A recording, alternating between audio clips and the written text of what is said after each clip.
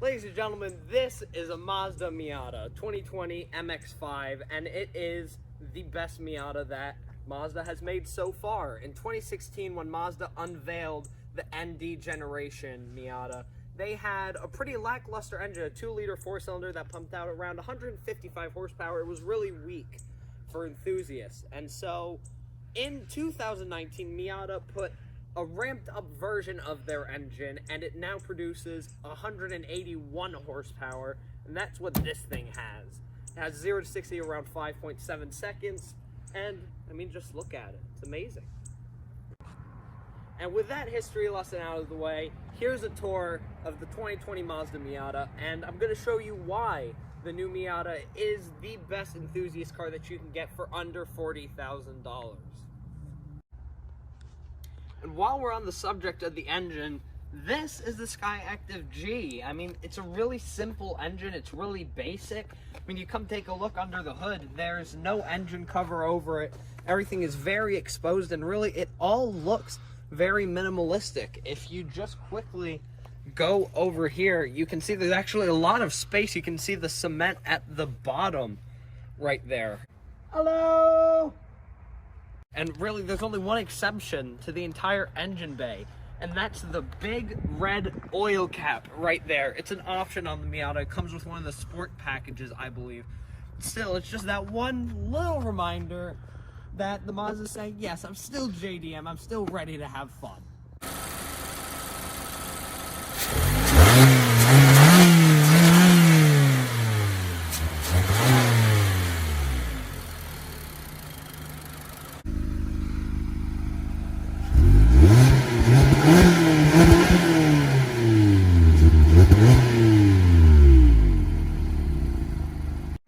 And while we're at the rear, that brings us to the trunk, which is actually an interesting topic in the Miata. Namely, there's no way to open it once you're at the rear. There's no button over here. Some places you maybe expect a hidden button there. No, there is nothing there. Maybe you go underneath here and have something. No, you have some lights which illuminates your license plate, and that's right about it.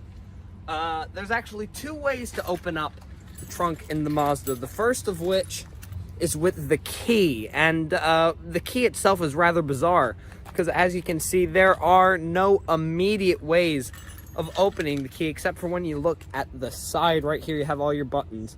You have your panic button, the trunk button, lock and unlock. I think I inversed those. But really, the key is bizarre, isn't it? It's kind of a waste of space all right here. It's all on the side. Nonetheless, it makes for a clean look. And back to what I was saying about the trunk. You go ahead and press the button for right around 3 seconds, and it opens right up.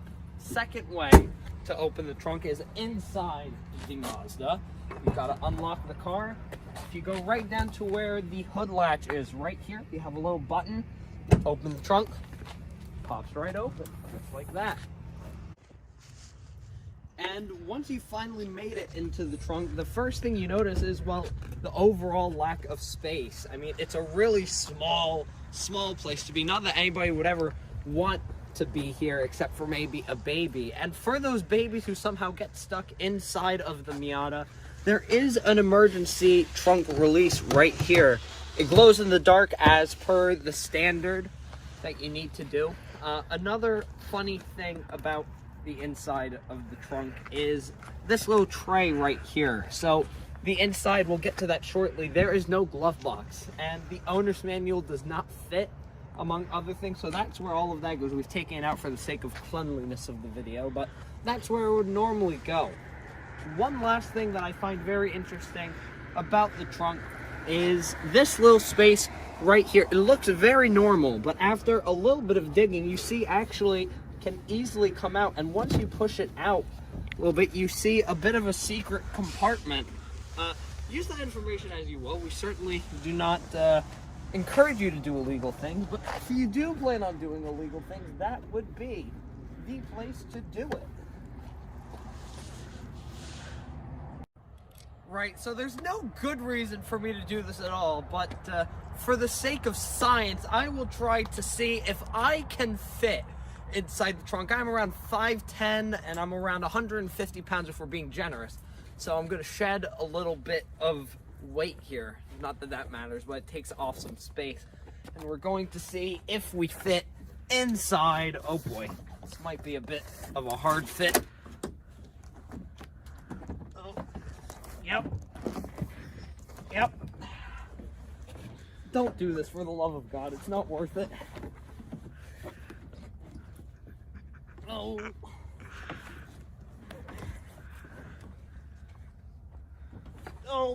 Okay. Oh God. Help me.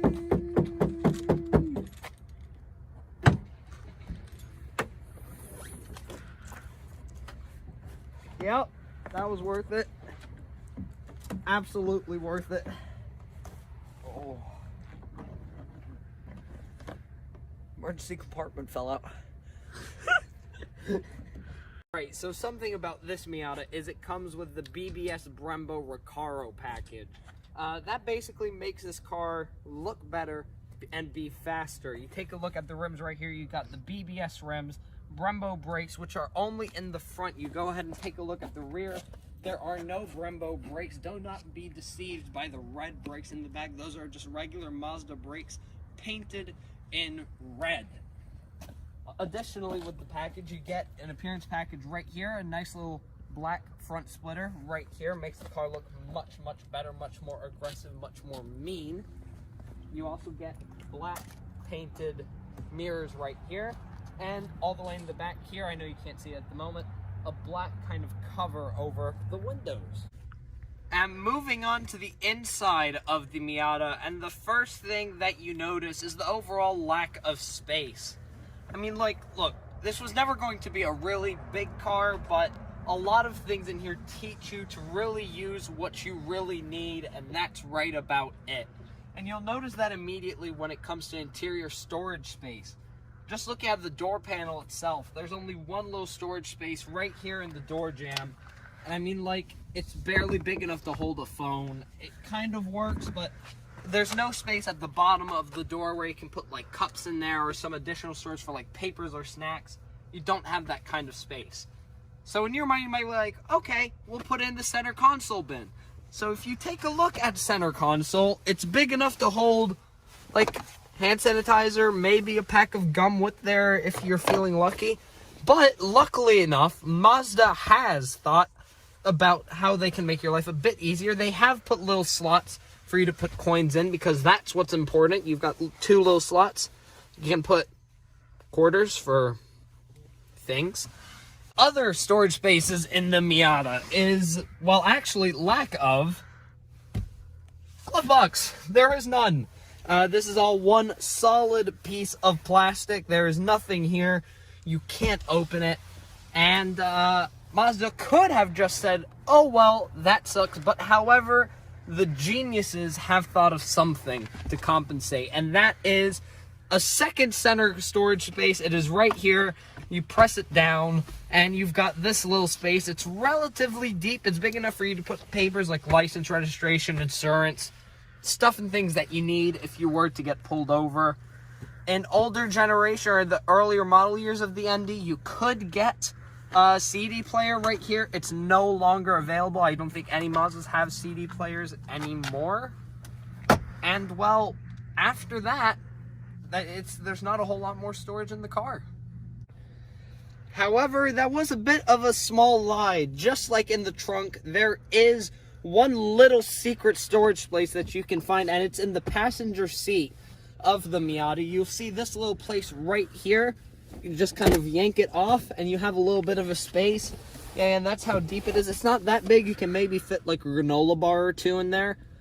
But it's a little bit of extra storage. I'd say it's around half the size, this little center storage bit.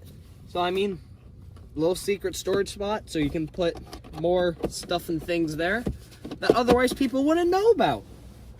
Another secret-ish storage spot is inside the Miata, behind the seats, actually where the top opening mechanism is.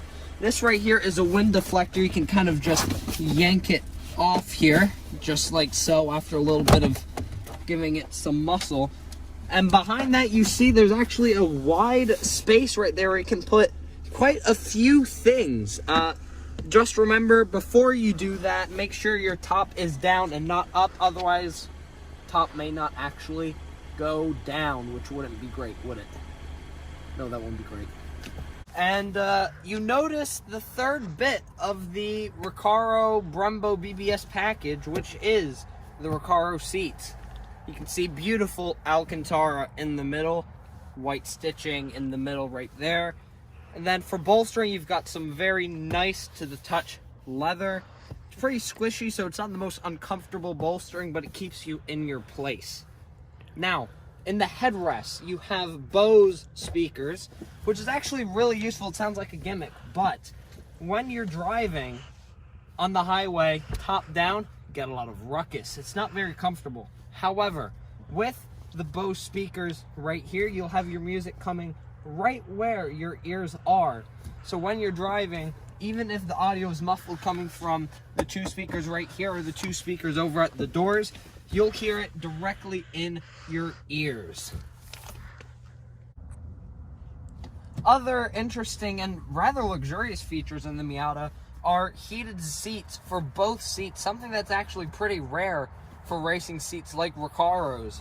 They're right here in the center. They're three-way right here. You can see, you can adjust them however you want, even though everybody's going to put them at 3. Nobody puts it at 2. If you do that, you're a maniac.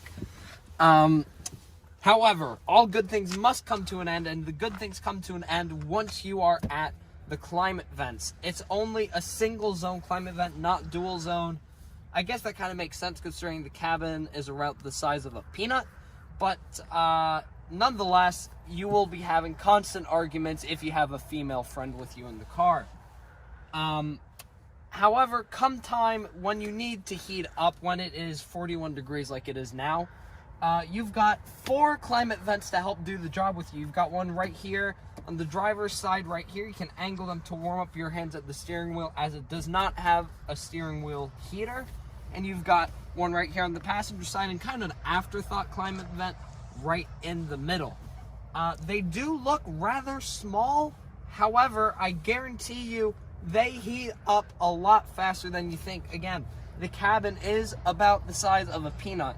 And while it does have both its negative and good aspects of it, having a small cabin means it only takes so little climate vent to warm up the entire cabin. I should mention you do have a front vent right here in case the interior fogs up, which happens more often than you'd think in the Miata. It happens a lot more often than I'd like to admit. All right. Another good feature with the Miata is the fact that you've got not one but 2 USB ports, one per passenger, but only one can operate Mazda's infotainment system. Only one is compatible with Apple Android Auto. But they do come with the car. It is an option. If you, for some reason, still live in the 2000s, you do have a headphone jack right here. It is quite useless. I don't know why they still put it there, but they do. Right, you're going to want to use Apple Auto or Android Auto because, frankly, Mazda's infotainment system isn't that great. Take a look at it. It's not really that clear. You've got applications, which is, I don't even know what that does. You've got music, which is too difficult to use, and it's not clear. You've got your communication, which is if you want to make phone calls, which is useless. You've got navigation, which this car isn't equipped with. And you've got your settings. And once you are in settings, the first thing you see in display are these 2 options right here. Turn display off and show clock. Where you turn display off, it does exactly as you feel. It just completely turns the car off even though the car is still on. Now if you go back to your settings, turn display off and show clock, you would expect when it turns off for it to be like a big black screen with a beautiful clock in the middle. Yeah, no. Yeah, that's your clock. That's your clock. That's what you get. Yes, in other words, keep it on. Though, I suspect most people with this car are going to have Apple Auto or Android Auto. So, once you go there, much better. You have your much more familiar setup everywhere when you're listening to your music. much better this way, isn't it? Another rather weird thing with the Miata is when you put down the sun visors, you can see there's a lot of exposed stuff happening. You've got these things, which is meant to make it quiet when you go up, even though it's still a horribly loud event. You've got a bunch of exposed nuts and bolts right about everywhere. However, you do have two rather cool things. One is you can still look at yourself. Mazda still has not compromised beauty in their cars. And given that you're probably going to have a female friend in this car and all of that, they're going to want to have all this practical stuff everywhere, which is good because right here you've got a credit card holder. I imagine that very few Mazda owners know about this, but it's a rather practical thing. You've got the same thing on the driver's side. You've got one right there, and you've got the same beautiful luxury of looking at yourself while driving, even though at this angle, right about half of your face is cut off with the mirror. You can't rip it off. It is stuck in place, and that's how that goes. Of course, if you're getting a Miata, there is no other way to do it except for get the manual, which this thing has. It is a 6-speed manual with reverse all the way over. Right here, you actually need to press down and go in. You can see the rear camera turned automatically on. Or that you can just row through your gears as you normally would. Just like so. The clutch isn't really all that heavy. It's really easy to use. It's an easy car to operate with a manual. Second gear. This is the interesting bit. It goes all the way up to 60 miles an hour. It's actually built to do it 0 to 60 run in only 2 gears. Just like that. So you're going to be right around the top of the rev range. You're going to be around 7,500 RPM once you go ahead and do your 60 miles an hour. But once you're there, you've got quite a ruckus. The inside of the Mazda is quite loud. You can go ahead and hear, if you bring the phone all the way in and we go ahead and rev it, you can hear it is quite loud. It's a very loud interior for what this car is. The reason why it is so loud in the cabin is because this car doesn't really have a lot of insulation all throughout. You can look, this is the extent of the insulation. It's very thin and it almost looks cheaply built. I mean, like, it's kind of all there. Absolutely no expense was put into making this car quiet, and there's 2 good reasons for that. One, it keeps the Miata cheap, and second, it keeps it light. This car is around 50 pounds lighter. I think it might be a bit more than that, than the outgoing generation that came before it in 2015. It's lighter and it's got more technology and all that, and that's why it is louder inside. But I imagine that most people buying this will not be bothered, as you're looking for a good driving experience, and that's what you get with the Miata. And of course, the second big thing on why you would buy a Miata, other than the drive experience, is the convertible top. It takes around 13 seconds, and I'll let you see the process.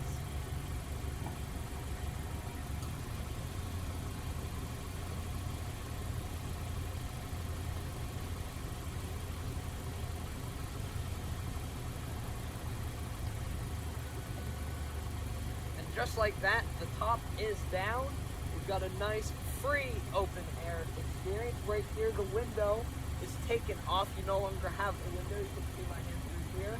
You have a little deflector right there, which makes the air muffling sound much less loud as it normally would. And now we'll put the top back down. About to get eaten alive.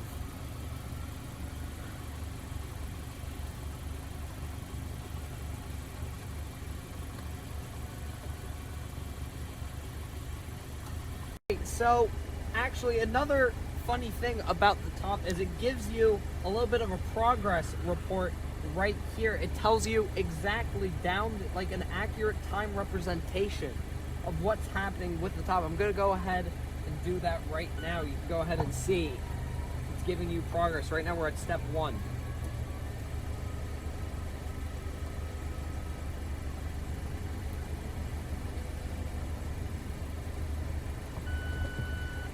You can see it gives you a whole step-by-step guide of what's happening in real time, something that I find really cool. Now, another thing that involves the top is when we go ahead and go put the windows up, you'll notice something happen when we put the top back down. You saw the windows go down. That's important later.